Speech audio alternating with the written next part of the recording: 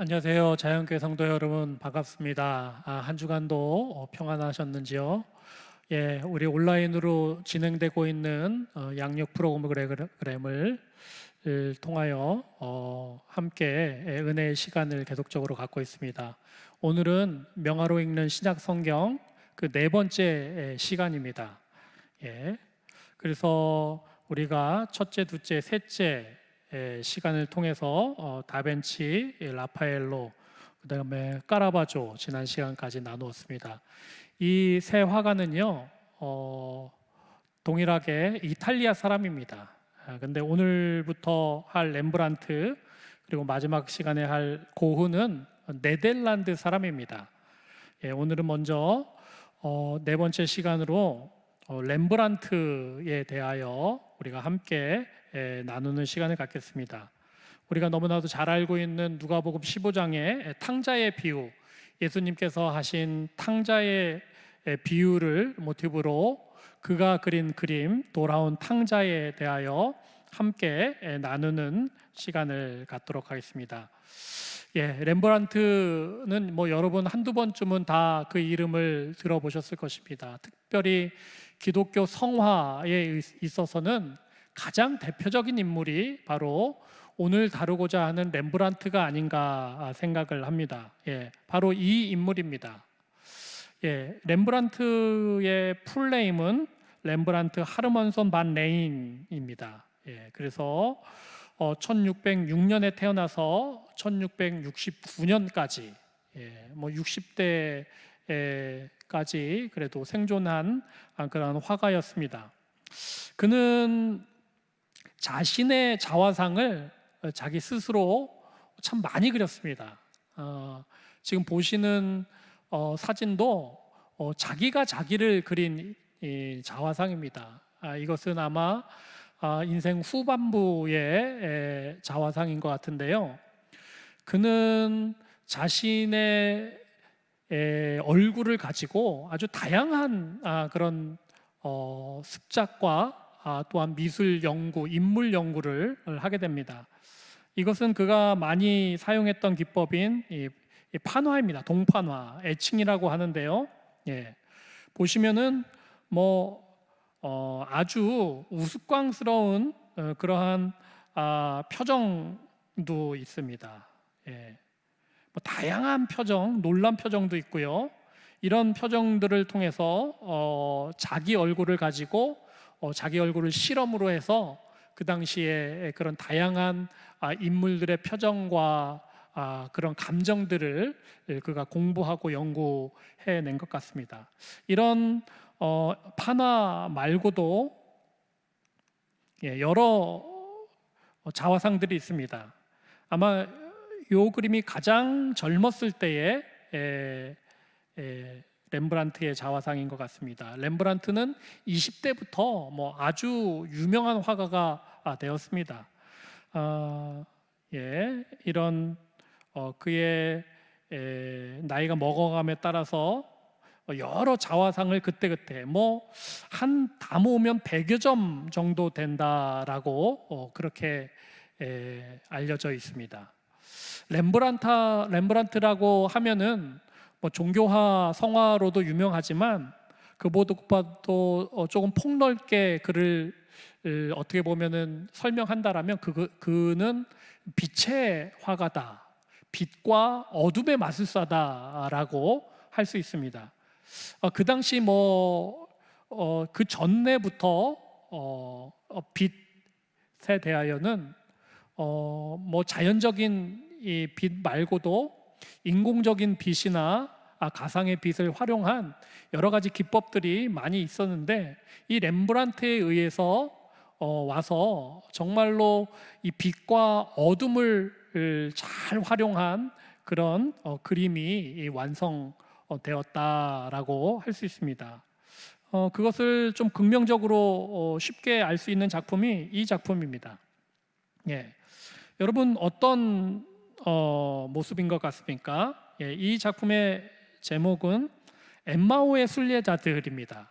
우리가 전 시간에도 많이 다루어본 엠마오, 예수님이 부활 후에 제자들을 찾아가서 함께 하신 그 엠마오의 순례자들이란 작품입니다. 여기 보시면은 예수님은 실루엣밖에 안 보입니다.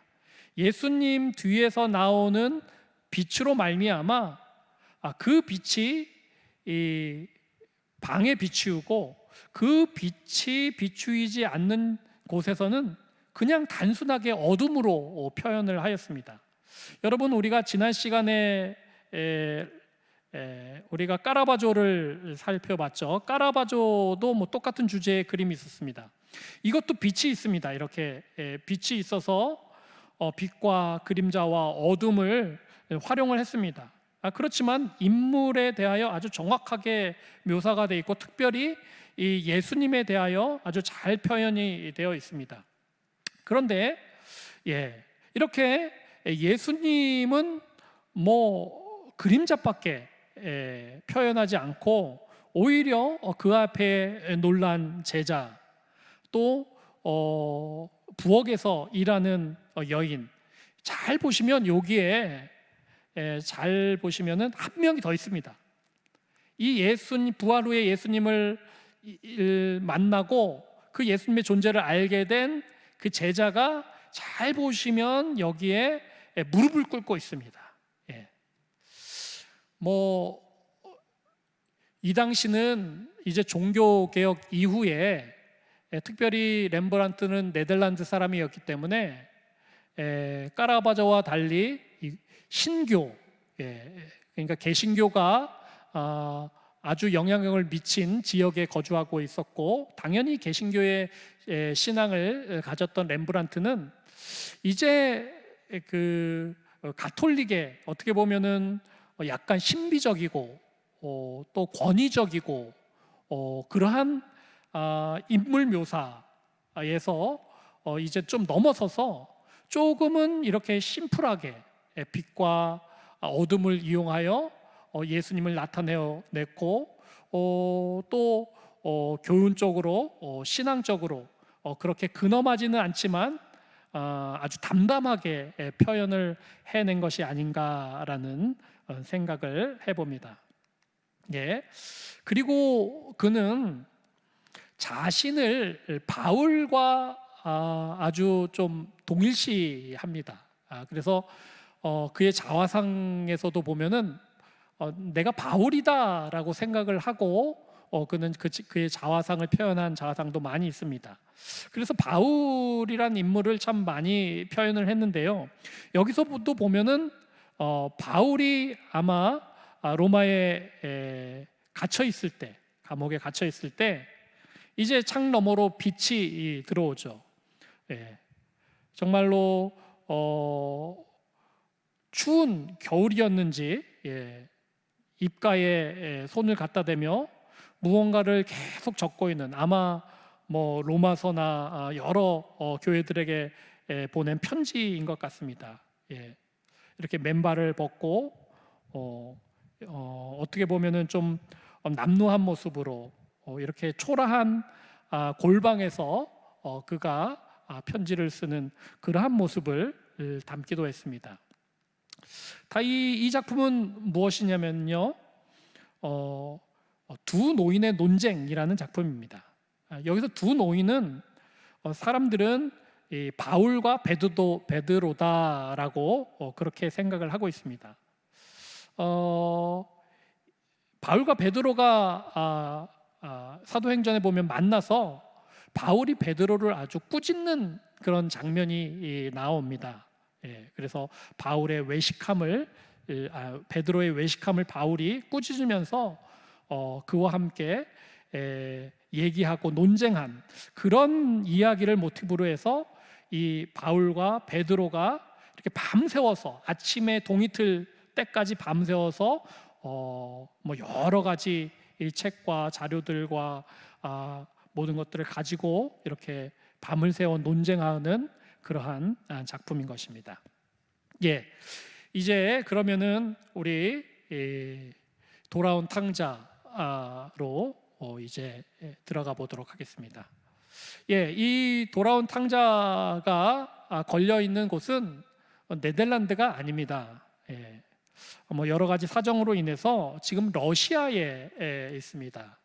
그래서 그 당시 볼셰비키 혁명을 통해서 여러 군주들의 예술 작품을 다 이제 국가가 몰수하고 그 중에 한 작품이 이 렘브란트의 돌아온 탕자가 있었다라고 합니다. 그래서 러시아의 한 박물관, 미술관에 가면은 이 작품을 볼 수가 있습니다. 이 렘브란트는요, 이 작품은 그가 이제 죽기 한 10여 년 전부터 아마 시작을 했다라고 합니다. 렘브란트는 성경에 대하여 아주 잘 알고 있었을 뿐만 아니라 성경을 아주 깊이 묵상을 했습니다. 그래서 이 돌아온 탕자의 비유에 관한 말씀도 아주 깊숙이 묵상을 하고, 그리고 그가 작업을 시작을 하였다라고 합니다. 여러분, 이 렘브란트의 돌아온 탕자를 같은 주제로 표현한 작품들이 많이 있는데요. 이런 작품들도 있습니다.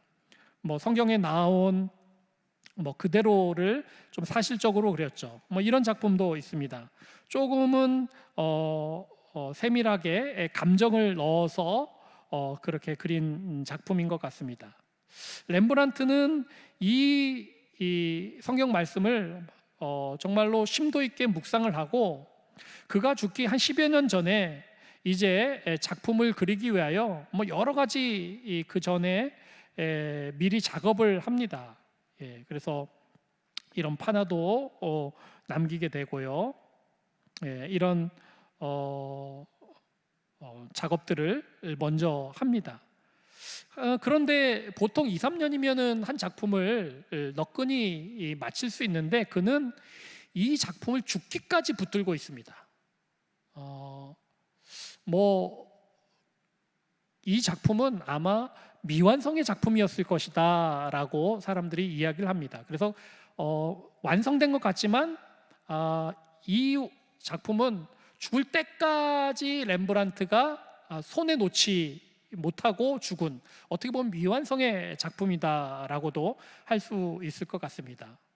그가 한 10여 년 동안을 1669년에 죽었으니까요, 한 10여 년 동안을 계속해서 이 작품을 가지고 씨름을 하였다, 말년에 씨름을 하였다라는 것을 우리는 알고 있습니다.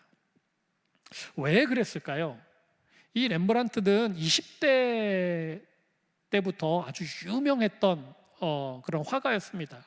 그래서 정말 많은 자들에게 인정을 받고, 또 20대에 그는 귀족 출신의 여인과 결혼까지 합니다. 그래서 아들, 딸도 낳게 되고, 이렇게 20대부터 아주 성공한 출세한 화가가 되었고 귀족이 되었던 것입니다.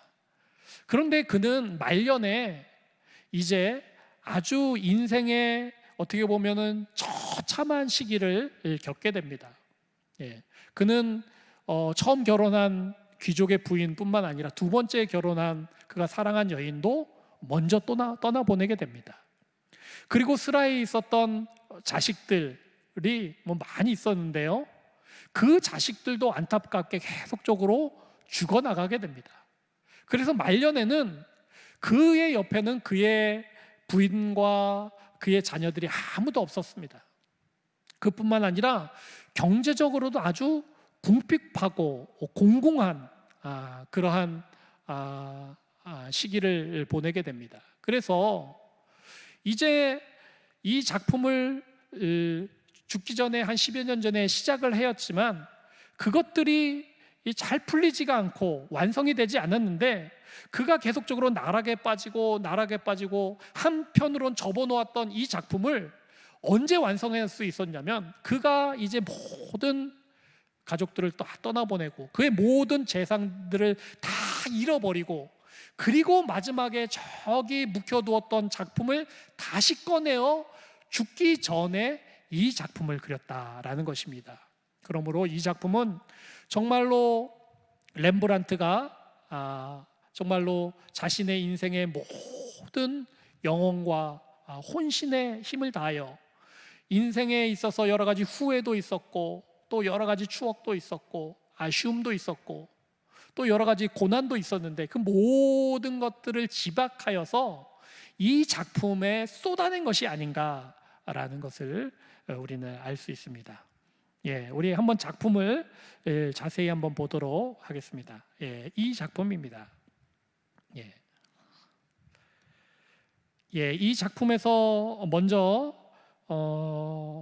아들을 한번 보십시오. 아들, 둘째 아들이죠. 이제 아버지의 재산을 다 탕진하고 이제 돌아온 아들입니다. 정말로 그 모든 인생의 어려움과 당한 고통과 고난과 배고픔과 그런 모욕과 멸시와 여러 가지 것들을 이 아들의 뒷모습, 이 둘째 아들의 뒷모습만 봐도 너무나도 잘 알 수 있겠습니다. 머리가 거의 없는, 다 빠져버린 그러한 뒷모습입니다. 여러분, 발을 한번 보십시오. 여러 가지로 이제 상처나고 정말로 이 더러운 발입니다. 정말 그가 신고 온 이 신발은 다 헤어졌습니다. 얼마나 먼 거리를 달려오고 뛰어오고 했는지 발이 다 부르트고 굳은 살이 배기고 한쪽 발의 신발은 이제 다 뜯어지고 벗겨졌습니다.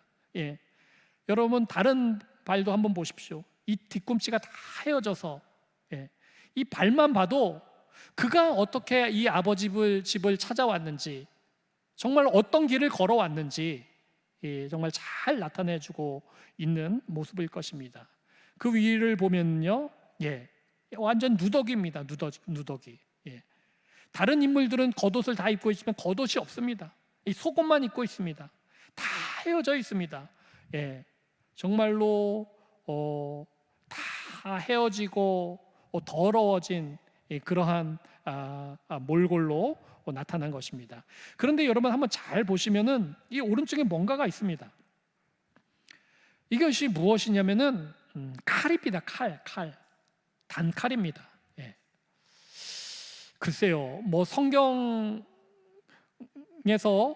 이 뭐 칼을 찼다라는 그런 말씀은 없죠. 그리고 뭐 그 당시에 작은 아들이 이 칼을 차고 왔을 리는 없을 것입니다.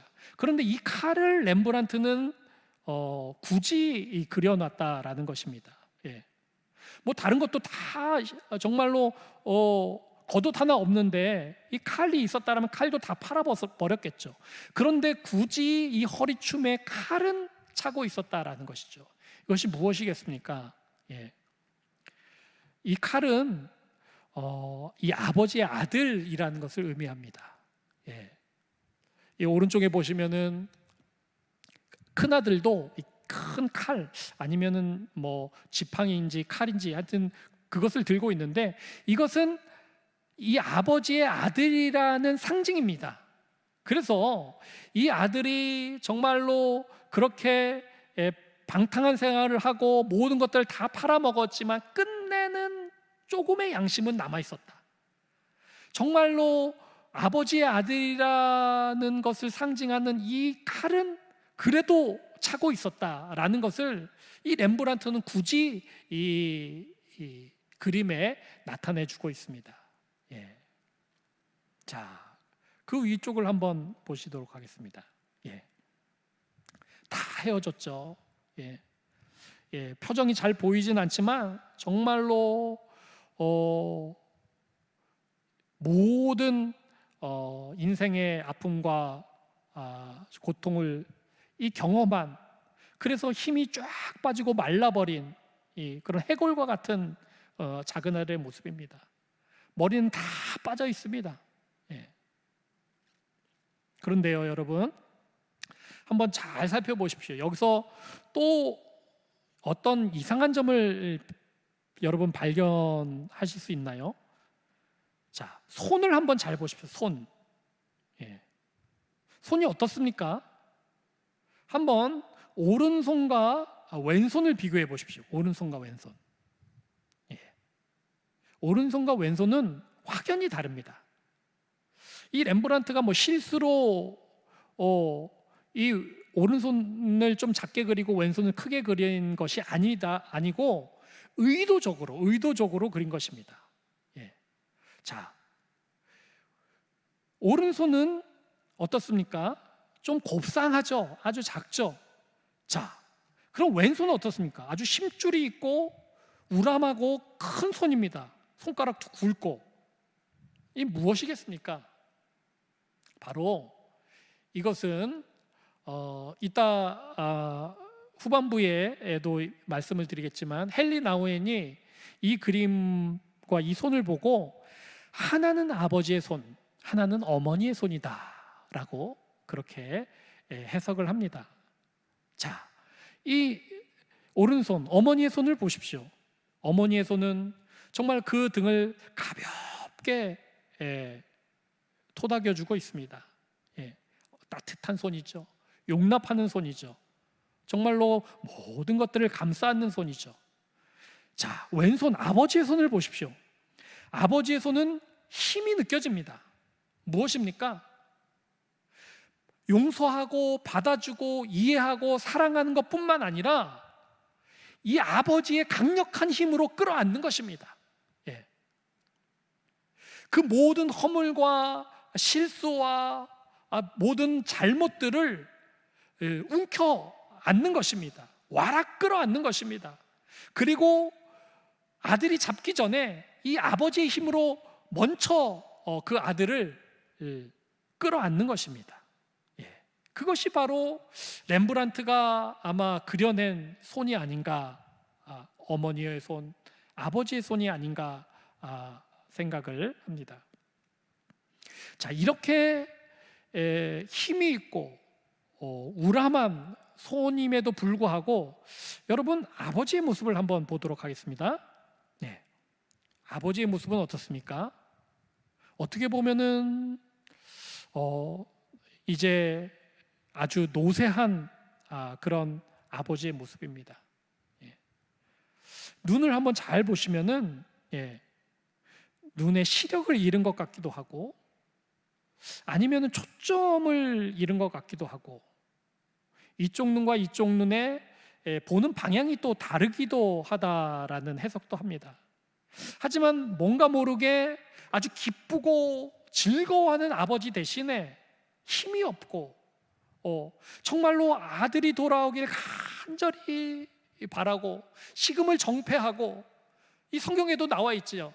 상거가 먼데 아버지는 그 집 밖에 나가서 아들을 알아보고 그리고 그 멀리서 오는 그 아들을 향하여 달려가서 그를 끌어안는 그 아버지, 얼마나 더 아버지가 걱정하고 정말 그들 잠자지 못하면서 그를 언제 오나 뜬 눈으로 밤을 새어가며 그 아들을 기다렸던 그 아버지의 모습, 그러느라고 눈이 다 시력이 쇠할 정도로 그렇게 이제 노쇠하게 되었던 그 아버지의 모습을 또 어떻게 보면은 이 그림에서 나타내주고 있지 않나라는 것을 봅니다. 이제 우리 누가복음 본문을 한번 살펴보도록 하겠습니다. 이제 탕자가 아버지께 돌아왔습니다. 그리고 이제 아버지와 껴안고 아버지의 무릎을 꿇고 이제 아버지에게 이야기를 하죠. 아버지, 내가 하늘과 아버지께 죄를 지었사오니 지금부터는 아버지의 아들이라 일컬음을 감당하지 못하겠나이다. 이제는 아버지 집에 내가 종이어도 좋습니다. 아버지, 나를 용서해 주시고 나를 받아주세요 라고 그렇게 울면서 회개하고 정말 아버지께 나아갑니다. 그런데요, 여러분, 우리가 잘 아는 것처럼 큰아들이 있었죠. 큰아들은 그림의 오른쪽에서 정말로 목을 꼿꼿이 세우고 있습니다. 그러면서 어떻게 얘기를 합니까? 이렇게 재산을 다 탕진하고 돌아온 아들을 위해서 옷을 해입히고 잔치를 열어준 그 아버지를 향하여 이제 못마땅하게 이야기를 합니다. 내가 여러 해 아버지를 섬겨 명을 어김이 없거늘 내게는 염소 새끼라도 주어 나와 내 벗으로 즐기게 하신 일이 없더니 아버지의 살림을 창녀들과 함께 삼켜버린 이 아들이 돌아오매 이를 위하여 살찐 송아리를 잡으셨나이다. 너무하십니다 아버지 하고 이 아버지께 정말로 이렇게 하소연을 하면서 쓴소리를 하는 그런 큰아들, 그것을 다 그림 한 폭에 표현을 하고 있습니다. 이때에 아버지는 그 큰아들에게 무엇이라고 이야기합니까? 정말로 탕자를 품어주었던 그 사랑과 용서와 또한 받아주시는 그 아버지의 모습을 그대로 큰아들에게도 투영하여서 너는 항상 나와 함께 있으니 내 것이 다 너의 것이다 라고 그렇게 타이릅니다. 이 내 동생은 죽었다가 살아났으며 내가 잃었다가 얻었기로 우리가 즐거워하고 기뻐하는 것이 마땅하지 않냐 라고 그렇게 이야기를 하고 있습니다. 그러므로 이런 아버지의 용납함과 또한 타이름과 또한 사랑의 표현들이 이 작은 아들에게는 용서와 화해로, 정말 큰 아들에게는 다독거림과 타이름으로 그렇게 다가가지 않았나 생각을 해봅니다. 자, 이 큰아들의 모습입니다. 큰아들의 모습. 이 빛이 아버지의 얼굴과 큰아들의 얼굴에 지금 모아져 있습니다. 어떻게 보면 이 빛이 반사되어서 큰아들의 얼굴의 빛으로 이어진 것 같기도 합니다. 여기 보시면은 여러 가지 등장인물들도 나옵니다. 성경에는 언급되어 있지 않지만 그 당시의 의복을 가진 입은 3명의 사람들이 있습니다. 어떤 사람은 이것을 일찍 잃은 렘브란트의 아내, 그러니까 이 작은 아들의 어머니다라고 해석하는 사람들도 있고요. 이렇게 작은 아들과 아버지가 극적으로 상봉을 하고 정말로 이렇게 사랑의 화해를 나누고 있을 때 큰아들은 목이 뻣뻣하고 정말 꼿꼿한 자세로 못마땅하듯이 이 둘을 쳐다보고 있습니다. 어떻게 보면은 렘브란트가 이제 젊었을 때, 그 20대 잘 나가던 그 30대 그때에는 이런 모습이 아니었을까. 정말로 출세한 화가로서, 성공한 화가로서, 정말로 귀족으로서 정말 거만하고 교만하고 은혜를 알지 못하고 그렇게 거드름을 피우던 그 영락없이 큰아들을 닮은 그러한 모습이 이 렘브란트의 과거의 모습이지 않았나.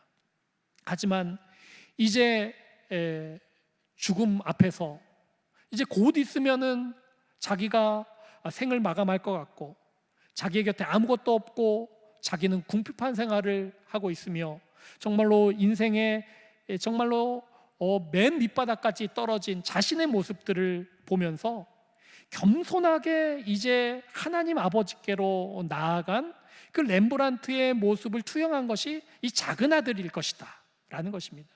그래서 이 작은 아들의 모습이 바로 렘브란트의 현재의 모습이다 라고 할 수 있을 것 같습니다.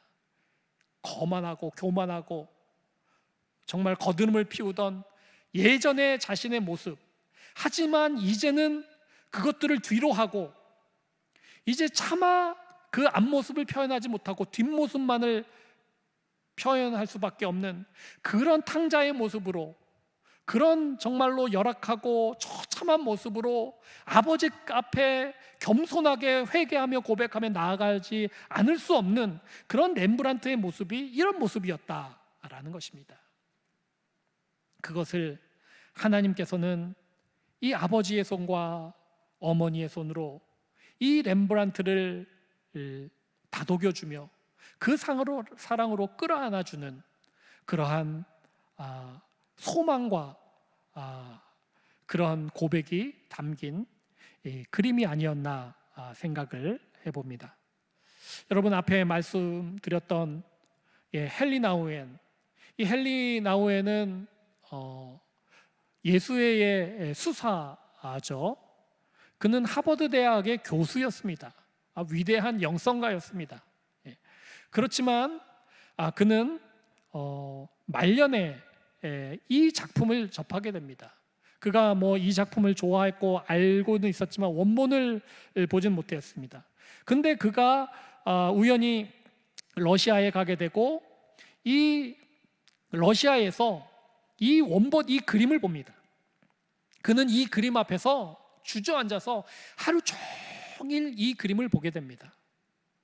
그리고 이 그림을 보면서 정말로 이 렘브란트의 그런 후회와 한스러움과 회개와 다시 정말로 아버지께 돌아가는 그 자그날의 심정을 고스란히 전해지게 됩니다. 헨리 나우엔에게.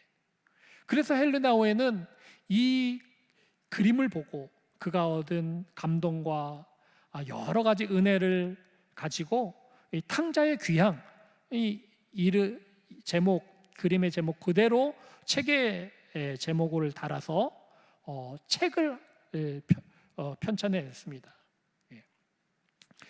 뿐만 아니라 헨리 나우엔은 이 그림을 보고 책을 쓴 것뿐만 아니라 그는 하버드의 생활을 접고 이제 장애인 공동체로 들어가게 됩니다.